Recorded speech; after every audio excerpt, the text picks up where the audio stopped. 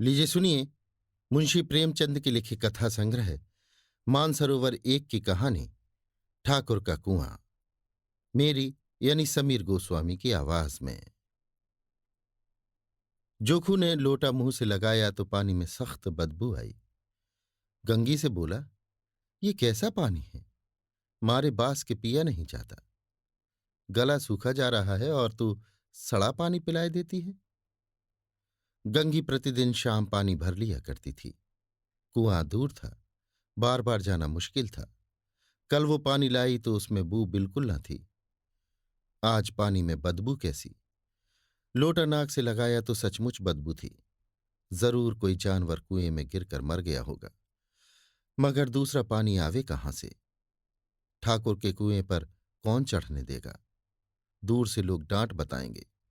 साहू का कुआं गांव के उस सिरे पर है, परंतु वहां भी कौन पानी भरने देगा?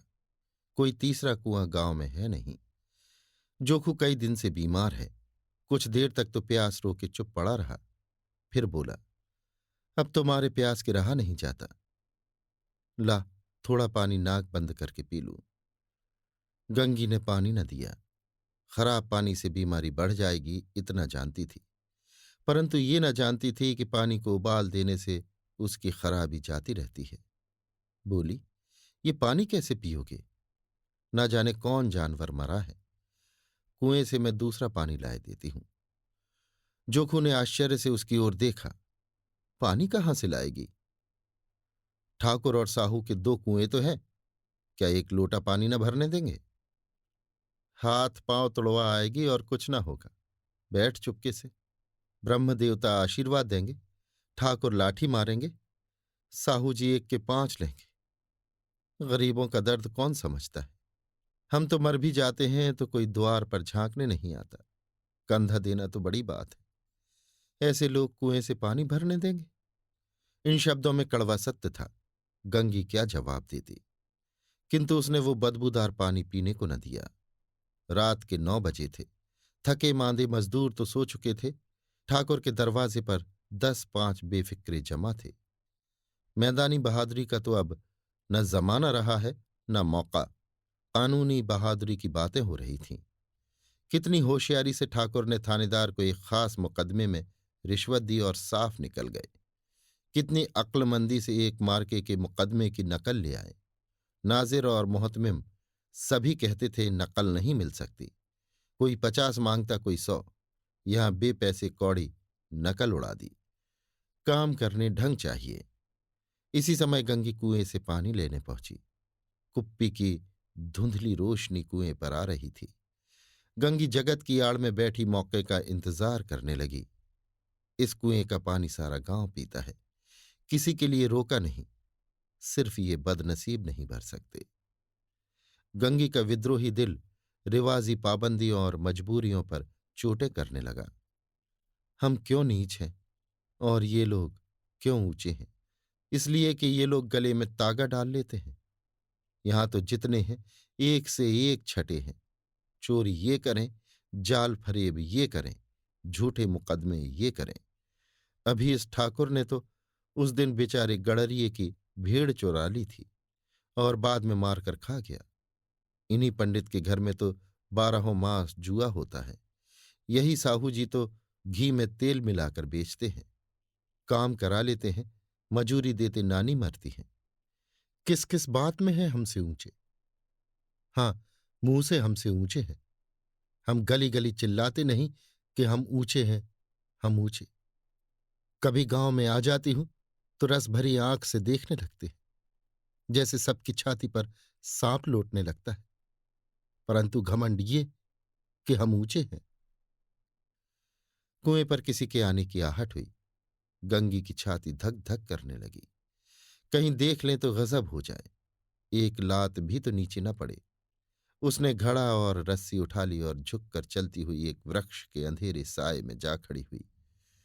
कब इन लोगों को दया आती है किसी पर? बेचारे महंगू को इतना मारा कि महीनों लहू थूकता रहा। इसीलिए तो कि उसने बेगार न दी थी। इस पर ये लोग ऊंचे बनते हैं। कुएं पर स्त्रियां पानी भरने आई थीं। इनमें बात हो रही थी।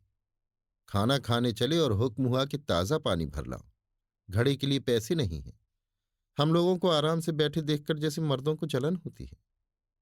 हाँ, ये तो ना हुआ कि कलसिया उठाकर भर लाते। बस हुक्म चला दिया कि ताज़ा पानी लाओ, जैसे हम लौंडियां ही तो हैं। लौंडियां नहीं तो और क्या हो तुम? रोटी कपड़ा नहीं पाती? 10-5 रुपए भी छीन झपट कर ले ही लेती हो। और लौंडियां कैसी होती हैं? मतला जाओ दीदी, छिन भर आराम करने को जी तरस कर रह जाता है। इतना काम किसी दूसरे के घर कर देती तो इससे कहीं आराम से रहती। ऊपर से वो एहसान मानता। यहां काम करते करते मर जाओ पर किसी का मुंह ही सीधा नहीं होता।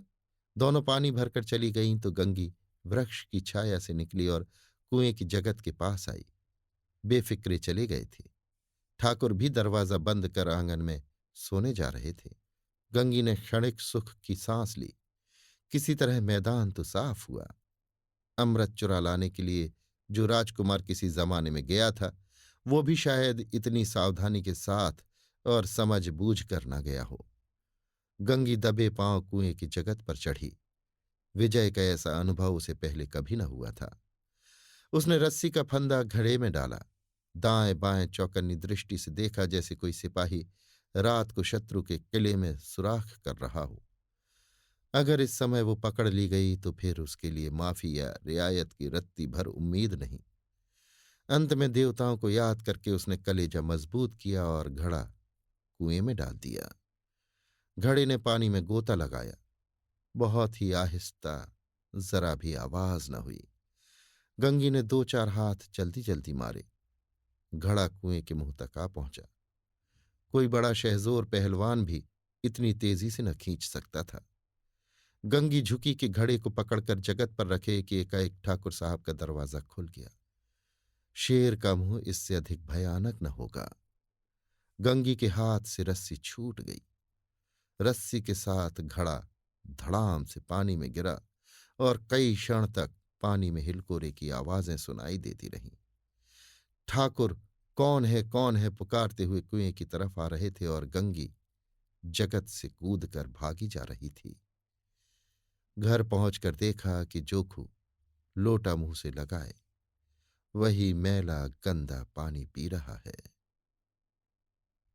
अभी आप सुन रहे थे मुंशी प्रेमचंद के लिखे कथा संग्रह मानसरोवर 1 की कहानी ठाकुर का कुआं, मेरी यानी समीर गोस्वामी की आवाज में।